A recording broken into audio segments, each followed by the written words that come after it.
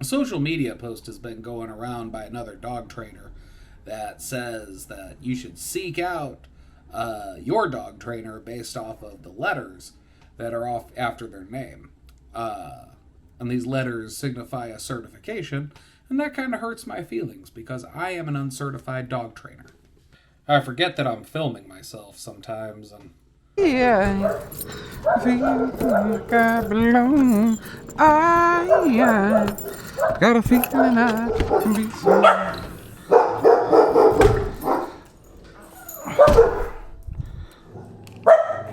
I forget that it's the future and I'm being filmed anyways. I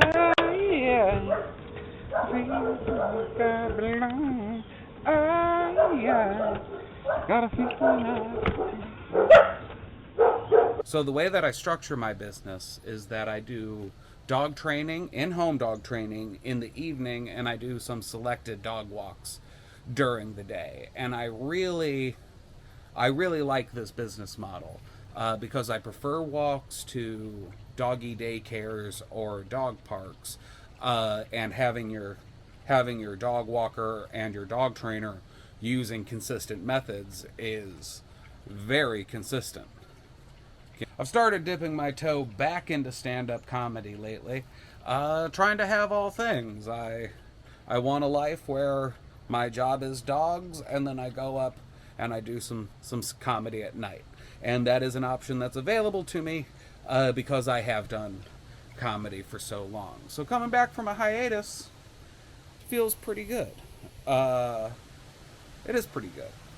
I'm no Bruce Baum or anything, but a benefit of all this dog walking is that it gives me a lot of time to think. What's the point of that?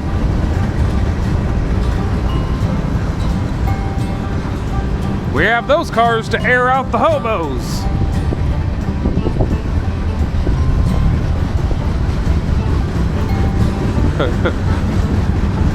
Ride this rail, you gutter punks, you stink.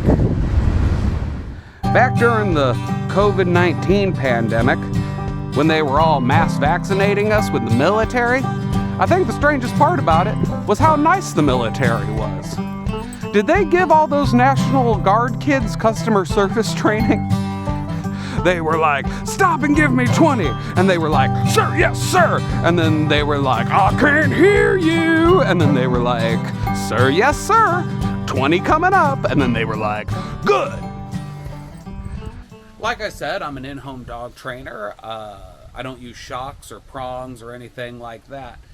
If you were to put a label onto my method of training, it would be something closer to purely positive or force-free or something like that. I really believe in using a gentle hand in training a dog.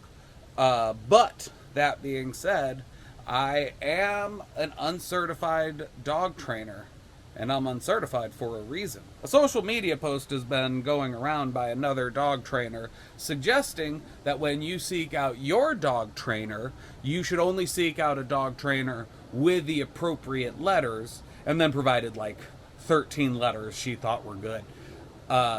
You should only seek these because these are the dog trainers who are up to date on the appropriate science. Now, in dog trainer circles, this is kind of like coded language against e-collars and prong collars,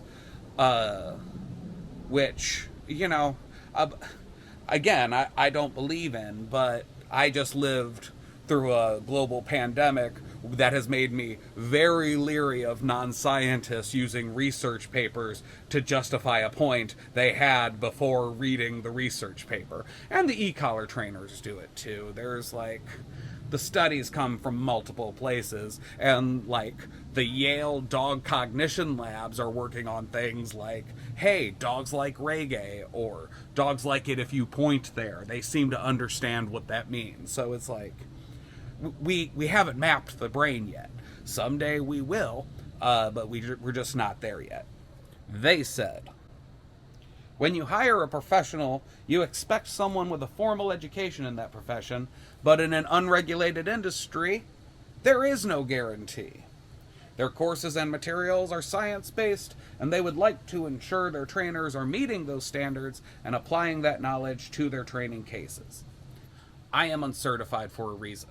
A post has been going around by another dog trainer in another state suggesting that you should only seek out a dog trainer with the appropriate letters after their name, and then she provided about 13 letters she thought were good. The post said, when you hire a professional, you expect someone with a formal education in that profession, but in an unregulated industry, there is no guarantee.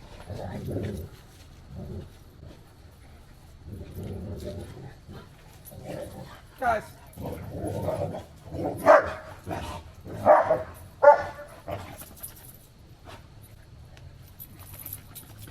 Their courses and materials are science-based, and they would like to ensure their trainers are meeting those standards and applying that knowledge to their training cases. This is coded language against e-collars and prong collar trainers, which again, I am not, but I just lived through a global pandemic that makes me very wary of people who are not scientists throwing around research papers to justify the point they had before they read that research paper in the first place. And you don't need a special course to keep up on the latest dog science. You need a Google alert set to dog science. The only thing your dog training certificates and letters prove is that your dog trainer is susceptible to cults and MLM. Dog training schools are also unregulated. The alumni get a false sense of security from an overpriced foot in the door. And some of those funds are federal, by the way. Their overpriced, unregulated degree is now raising the price for the consumer. People don't need the extra cost to convince them not to train their dog. Go local. How to choose a dog trainer. Number 1, go local. Go with someone you can talk to, someone you can text. Stay away from impersonal apps that are an unnecessary middleman. Dog services are a little unique, and A, the customer is not always right, and B, the dogs can't talk, so they don't know what's going on, and a lot of trainers take advantage of that.